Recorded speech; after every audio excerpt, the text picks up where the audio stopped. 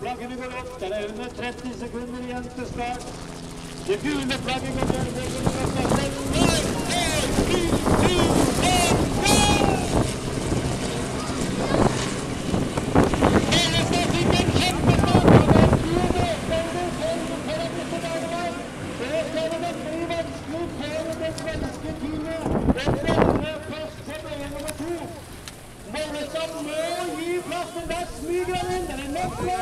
han kommer ut, han fører klokkeren, og ut på langsida så skal vi få se en kjempefight. Her flyr Even og Sigurd opp i ledelsen i denne gruppen. Det er verdensmesterskapet. Lars Sigurd. Her er det flott.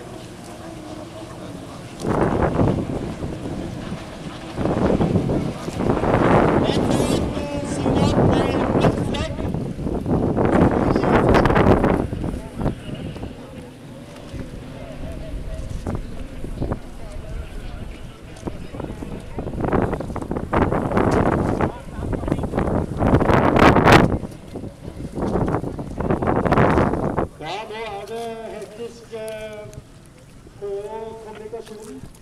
Ingen som skjønner hvorfor det skulle være rødt flagg. Ingen båter som har gått rundt. Utøverne fortsetter å kjøre. Sigurd og Ellen er fremdeles i ledelsen. Men altså det røde flagget